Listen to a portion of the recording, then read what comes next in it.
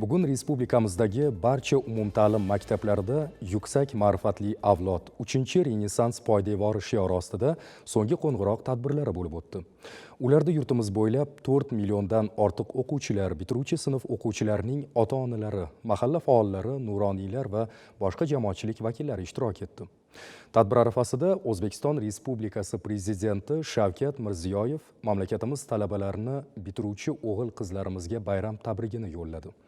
Ularda ta'kidlanganidek, joriy yil 1-marta 11 ming nafardan ziyod bitiruvchilar maktabni oltin va kumush medallar bilan tamomlamoqda. Bunday intiluvchan yoshlar kelajakda ham o'z tengdoshlariga namuna bo'lib, yurtimiz taraqqiyotiga munosib hissa qo'shadi.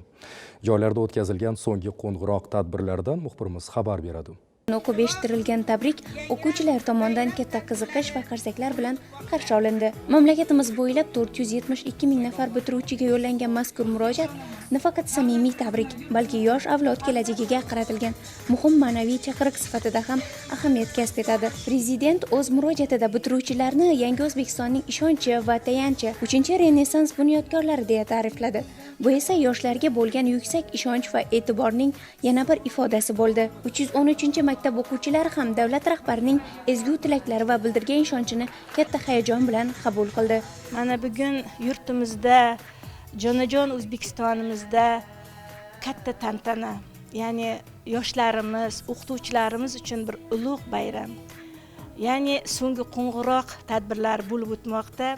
Shu jumladan bizning Yunusobod tumanidagi 313 maktabimizda ham bugun katta tantana bo'ldi. Yil yakunida, yil davomida erishilgan yutuqlar sarhisob qilindi. Bugungi kunda bizning maktabimizda 5 ta 11-sinf o'quvchilari bo'lib, ular 178 nafarni tashkil etadi. 96 ta o'qituvchilarimiz bularga ta'lim-tarbiya berdilar. Yutuqlarimiz biz sarhisob qilsak, bugungi kunda 53 nafar bitiruvchi sinf o'quvchilarimizda turli xildagi sertifikatlar mavjud. 5 nafar o'quvchimiz muddatdan oldin talaba bo'lish baxtiga muyassar bo'ldi.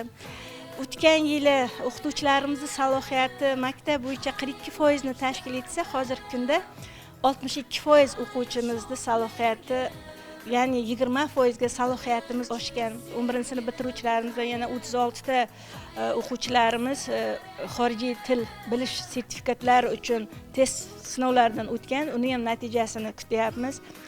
Bugungi tadbirda hurmatli prezidentimizning tabriklari bizni yoshlarimizga, pedagoglarimizga juda katta motivatsiya berdi.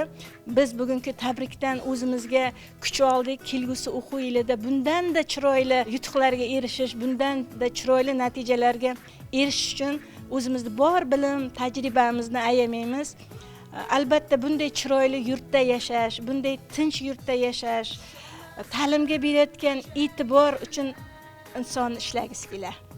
Tadbir davomida ta'lim va sport sohasida faol bo'lgan o'quvchilar ham munosib taqdirlandi.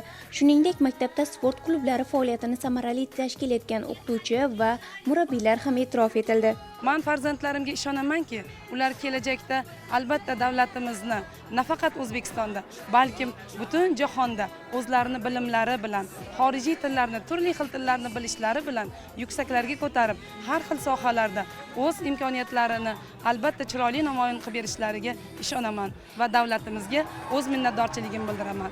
Men bu yurtda, O'zbekistonda o'zimni juda ham bir baxtli pedagog deb hisoblayman. Chunki meni shuncha ilmli, ziyoli, orqamda qoladigan chiroyli yosh avlod davomchilarim bor. Maktab bizga bo'lgan juda katta imkoniyat, katta hayotga birinchi qadamimizgacha.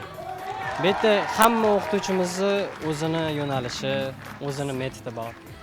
Men shu o'qituvchilarimizning yo'nalishlaridan foydalanib, kelajakda o'zim uchun kasb tanlaganman. Maktabni bitirib, yaqinda yuridik institutga kirish niyatim bor, yuridik universitetiga. O'qituvchim, sinf rahbarim men uchun juda ko'p harakat qildilar. Ko'p fanlar bo'yicha bizga yo'nalish berdilar. Hozirda menda ingliz tilidan sertifikatim bor. Shu sertifikatdan foydalanib, menda kelajagiga bo'lgan intilish bor-da hozirda. Yaqinda yuridik universitetiga topshirib, keyinchalik prokuratura yo'nalishida o'qib, yetuk prokuror bo'lish niyatimda bor. Prezident tashabbusi to'g'risida gapiradigan bo'lsam, yurtboshimiz borlariga shukr. Hozirda juda ko'p imkoniyatlar mavjud. Masalan, 9-sinfni bitirgandan keyin ham bu yerda hayot to'xtadi degan emasda. Juda ko'p litseylar bor, xilma-xil, har xil yo'nalishda. O'quvchi o'ziga kerakli yo'lni topib, agar shu yo'nalish bo'yicha ketsa, o'zini baxtli his etsa, shu yo'nalish bo'yicha eng zo'ri bo'ladi. Tadbirning eng ta'sirli lahzalari esa bitiruvchilarning ustozlariga gul taqdim etishi, ota-onalarga minnatdorchilik bildirishi va sinfdoshlari bilan xayrlashuv jarayonlarida namoyon bo'ldi. So'nggi qo'ng'iroq tadbiri bugungi bitiruvchilar uchun nafaqat maktab bilan xayrlashuv, balki yangi orzu va maqsadlar sari qo'yilgan qadam ramziga aylandi.